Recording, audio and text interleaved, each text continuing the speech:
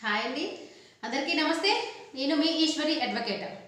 ఈరోజు agreement of sale agreement అంటే ఎవరైనా ఒక వ్యక్తి ప్రాపర్టీ అమ్మాలనుకున్నప్పుడు, ఆ ప్రాపర్టీని వేరే వ్యక్తి కొనాలనుకున్నప్పుడు వారిద్దరూ ఒక ఒప్పందం మీద అగ్రిమెంట్ అనేది రాసుకుంటారు. కొన్ని టర్మ్స్ అండ్ కండిషన్స్తో. దాన్ని మనం సేల్ అగ్రిమెంట్ అంటాం. అసలు సేల్ అంటే ఏంటి? Sale is a transfer of ownership in exchange for a part paid, part price or part promised. అంటే తనకున్నటువంటి ఓనర్షిప్ని ఒక ప్రైస్కి పూర్తిగా వదులుకోవడం. This is a sale. ఇప్పుడు ఈ సేల్ అగ్రిమెంట్ అనేది మీరు ఒక 100 రూపీస్ నాన్ జ్యుడిషియల్ స్టాంప్ మీద కూడా రాసుకోవచ్చు. కాకపోతే ఏంటంటేనండి, ఈ స్టాంప్ మీద రాసుకున్న తర్వాత ఇన్ కేస్ ఏదన్నా కోర్టు వరకు వెళ్ళాల్సి వచ్చి అక్కడ కోర్ట్ ఫీ అనేది కట్టుకోవాల్సి వచ్చినప్పుడు ఏమవుతుందంటే 10 రెట్లు ఎక్కువ ఉంటుంది, 10 టైమ్స్ ఎక్కువ ఉంటుంది. అంటే ఒక 100 రూపీస్ స్టాంప్ మీద. అదే మీరు రాసినటువంటి ఆ అగ్రిమెంట్ రిజిస్టర్ చేసుకుంటే కనుక 1% ఉంటుంది.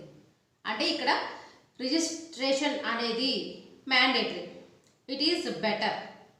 అంటే రిజిస్టర్ చేసుకుంటే ఏంటనంటే you are in safe side for any court fee అనమాట. ఈ సేల్ అగ్రిమెంట్లో ఏముంటాయి? Offer, acceptance, property, consideration, agreement. అంటే ఆఫర్ ఎవరిస్తారు? సెల్లర్. అంటే ఎవరిని అమ్మాలనుకున్న ఒక వ్యక్తి ఉన్నారు కదా, అతను సెల్లర్ అంటాము. అతను ఆఫర్ చేస్తాడు. దాన్ని బయ్యర్, కొనుక్కోవాలనుకున్న వంటి వ్యక్తి బయ్యర్ అంటాము. ఆ బయ్యర్ యాక్సెప్ట్ చేస్తాడు. ఇక్కడ లాఫుల్ ఆబ్జెక్ట్ వచ్చేసరికి ప్రాపర్టీ, అట్లానే కన్సిడరేషన్. ఇది అగ్రిమెంట్ అండి. ఇప్పుడు ఈ అగ్రిమెంట్లో మీరు ఆ టర్మ్స్ అండ్ కండిషన్స్ రాసుకున్నారు. అంటే ఆ టర్మ్స్ అండ్ కండిషన్స్లో ఒకవేళ ఒక 3 months లోపు నేను మిగతా అటువంటి బ్యాలెన్స్ని పూర్తిగా పే చేసేసి ఈ ప్రాపర్టీని రిజిస్టర్ చేయించుకుంటాను అని బయ్యర్, సెల్లర్ ఇద్దరు ఒప్పుకొని అగ్రిమెంట్ చేసుకున్నారు. అట్లానే ఏదైతే వాళ్ళు అగ్రిమెంట్ చేసుకున్నారో ఆ టర్మ్స్ అండ్ కండిషన్స్ పూర్తిగా ఈ బయ్యర్ పే చేసేసాడు. చేసిన తర్వాత అదేంటండి, వాళ్ళు శుభ్రంగా రిమైనింగ్ సేల్ కన్సిడరేషన్ అయిపోయిన తర్వాత రెగ్యులర్ రిజిస్టర్కి వెళ్ళిపోవచ్చు. ఒక్కొక్కసారి ఈ టర్మ్స్ అండ్ కండిషన్స్ పెట్టుకున్న తర్వాత ఈ 3 months లోపు, అంటే 3 months పెట్టుకోవాలనే లేదండి, అది వీలు బట్టి ఎవరి టర్మ్స్ అండ్ కండిషన్స్తో వాళ్ళు టైం అనేది పెట్టుకుంటారు. ఇక్కడ ఇంకొక విషయం అంటే time is the essence of contract అని రాసుకోవచ్చు, time is not the essence of contract అని కూడా మీరు రాసుకోవచ్చు. ఇక్కడ ఈ 3 months ఏదైతే టైం పెట్టుకున్నాడో ఆ 3 months లోపు ఇతని అమౌంట్ పూర్తిగా పే చేసేసాడు ఈ బయ్యర్. అయినా కానీ ఈ సెల్లరు ఆ ప్రాపర్టీని రిజిస్టర్ చేయడానికి రావట్లేదు. ఏం చేయాలంటే ఫస్ట్ లీగల్ నోటీస్ పంపించాలి. పంపించిన తర్వాత దానికి ఎలా స్పందిస్తాడు ఏంటో ఒకసారి చూడాలి. చూసిన తర్వాత ఎలాంటి రెస్పాన్స్ లేదు, స్పందించట్లేదు, స్పెసిఫిక్ పర్ఫార్మెన్స్ కింద సివిల్కి అప్పీల్కి వెళ్ళిపోవచ్చు. అంటే మాకు వచ్చి రిజిస్టర్ చేయండి ఆ ప్రాపర్టీని అని, లేదా మా అమౌంట్ మాకు వాపస్ చేయమని. ఇంకొకసారి ఏమవుతుందంటేనండి, ఈ సెల్లర్ ఒక్కొక్కసారి మ్యానిపులేషన్ చేశారని, మిస్ రిప్రజెంట్ చేశారని, ఫ్రాడ్ చేశారని. అంటే మ్యానిపులేషన్ అంటే ఒక ప్రాపర్టీని చూపించి అమ్మి ఇంకొక దాన్ని రిజిస్టర్ చేయడం, అక్కడ అన్ని లక్షలు వస్తుంది, ఇన్ని లక్షలు వస్తుంది అనే చెప్పి అక్కడ తీరా చూసిన తర్వాత అక్కడ అన్ని లక్షలు ఆ ప్రాపర్టీ వెల చేయలేకపోవడం, ఇట్లాంటివన్నీ వాటి మీద కూడా మీరు కోర్టుకి వెళ్ళొచ్చు. అంటే మమ్మల్ని ఫ్రాడ్ చేశాడు, మాకు మ్యానిపులేషన్ చేశాడు అని. ఇక్కడండి అంటే ఒక 3 months అనేది టైం పెట్టుకున్నారు, లేదా ఒక సర్టెన్ టైం పెట్టుకున్నారు. ఇక్కడ టైం అనేది ఎంత ఉంటుంది, అసలు టైం ఉంటుందా లేదా అంటే అగ్రిమెంట్ ఆఫ్ సేల్కి అనేటువంటి డౌట్ రావచ్చు మీకు. ఏంటనంటే ఇక్కడ మీరు టైం అంటే ఒక 3 months పెట్టుకున్నారు. ఆ 3 months అయిపోయిన దగ్గర నుండి 3 years అంటే లిమిటేషన్ అండి. ఇది సెక్షన్ 53, ఆర్టికల్ వచ్చేసరికి 54. లిమిటేషన్ 3 ఇయర్స్ ఉంటుంది. మీరు టైం పెట్టుకున్నా కానీ ఆ పెట్టుకున్న టైం దగ్గర నుండి 3 ఇయర్స్ ఉంటుంది. టైం పెట్టుకోకుండా కానీ అక్కడ నుండి 3 ఇయర్స్ అనేది ఉంటుంది. ఈ లిమిటేషన్ అనమాట. ఇప్పుడు ఒక్కొక్కసారి ఈ బయ్యర్ వచ్చేసరికి ఇన్ టైం అంటే ఒక 40 lakhs ప్రాపర్టీ తీసుకున్నారు. 40 lakhs ప్రాపర్టీ తీసుకున్న తర్వాత 20 lakhs పే చేశాడు.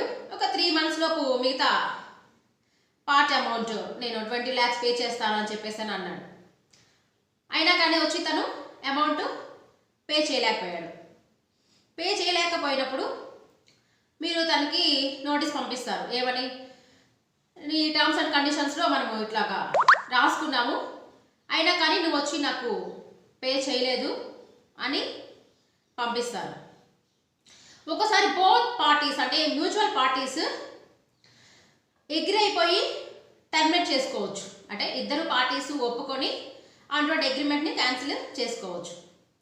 ఇక్కడ ఎవరైతే ఆ టర్మ్స్ అండ్ కండిషన్స్ వైలేట్ చేస్తారో వారి మీద సెల్లర్ మీద అయినా కానీ బయ్యర్ మీద అయినా కానీ వారు ఎవరైతే టర్మ్స్ అండ్ కండిషన్స్ వైలేట్ చేస్తారో వాళ్ళ మీద మీరు కోర్టుకి వెళ్ళొచ్చు. ఇప్పుడు ఒక చిన్న ఎగ్జాంపుల్ అండి. ఏంటనంటే time is essence of contract అని కూడా రాసుకోవచ్చు, లేదా time is not the essence of contract అని కూడా రాసుకోవచ్చు. అది మీ యొక్క కన్వీనియన్స్ బట్టి ఉంటుంది. ఇక్కడ ఒక చిన్న ఎగ్జాంపుల్ అండి. ఏంటనంటే ఫర్ ఎగ్జాంపుల్ ఒక 3 months ఒక టైం పెట్టారు ఆ సెల్లర్. మీకు టైం పెట్టిన తర్వాత ఆ 3 months లోపు మీరు 25 అంటే 50 lakhs ప్రాపర్టీ, అది 25 lakhs పే చేశారు. ఆ 3 months లోపు ఇంకో పూర్తి 25 lakhs పే చేయాలి. చేసిన తర్వాత రెగ్యులర్ రిజిస్టర్ మీకు అవుతుంది. ఇన్ కేస్ ఒక్కొక్కసారి మీరు చేయలేకపోయారు అంటే ఆ 25 lakhs అనేది మిగతా అమౌంట్ పే చేయలేకపోయారు అంటే ఇక్కడ ఒక విషయం అండి. దీని మీద ఏంటనంటే 2017లో J Kantham and other versus Abhay Kumar case number 3047/2017 అని స్పెషల్ పిటిషన్ కింద వెళ్ళారు. సుప్రీంకోర్టు ఏం చెప్పింది అని అంటే, మీరు ఇంత అమౌంట్ పే చేశారు, వీళ్ళు ఏమడుగుతున్నారు, ఆ అమౌంట్ అంటే ఏదైతే అమౌంట్ పే చేశారో దాన్ని క్యాన్సిల్ చేసేయమని అంటున్నారు ఈ సెల్లర్. అంటే బయ్యర్ 50 lakhs ప్రాపర్టీ అండి, 50 lakhs ప్రాపర్టీకి 25 lakhs పే చేశాడు. పే చేసిన తర్వాత మిగతా ఇంకా 25 lakhsకి పే చేయాలి పార్ట్ టైం కింద. అది చేయలేదు అంటే ఇన్ టైంలో చేయలేకపోయినప్పుడు నాకు ఇన్ టైంలో చేయలేదు కాబట్టి ఇది అసలు పూర్తిగా 25 lakhs కూడా క్యాన్సిల్ చేసేయండి అనేటువంటిది అడగడానికి వీలు లేదు అని సుప్రీంకోర్టు చెప్పింది. ఇన్ కేస్ మీరు ఆ మిగతా ఏదైతే మీకు పే చేశాడు కదా ఆ అమౌంట్కి తగిన భూమి ఇవ్వండి, లేదు ఆ టైం డిలే అయింది కాబట్టి కాంపెన్సేషన్ కింద కూడా మీరు పే చేయించుకొని భూమి ఇవ్వమని చెప్పింది సుప్రీంకోర్టు. ఇదేనంటే ఒకసారి time is essence of contract అని అనవచ్చు, time is not essence of contract అని కూడా అనుకోవచ్చు. సేల్ అగ్రిమెంట్లో వచ్చేసరికండి 3 years లిమిటేషన్ టైమ్. ఇంకా మీకు ఏమైనా డౌట్స్ ఉంటే ఈ అగ్రిమెంట్ ఆఫ్ సేల్ అగ్రిమెంట్లో ప్లీజ్, ఇది ట్రాన్స్ఫర్ ఆఫ్ ప్రాపర్టీ యాక్ట్ అండి 1881. ఇంకా మీకు ఏదైనా దీంట్లో డౌట్స్ ఉంటే కామెంట్ చేయండి. అట్లానే ఎవరైనా వీడియో ఫస్ట్ టైం చూస్తున్నారో ప్లీజ్ సబ్స్క్రైబ్ మై ఛానల్ అండి, advocate Eshwari. Like, share, comment. Think smart, work smart. Please subscribe advocate Eshwari. Thank you.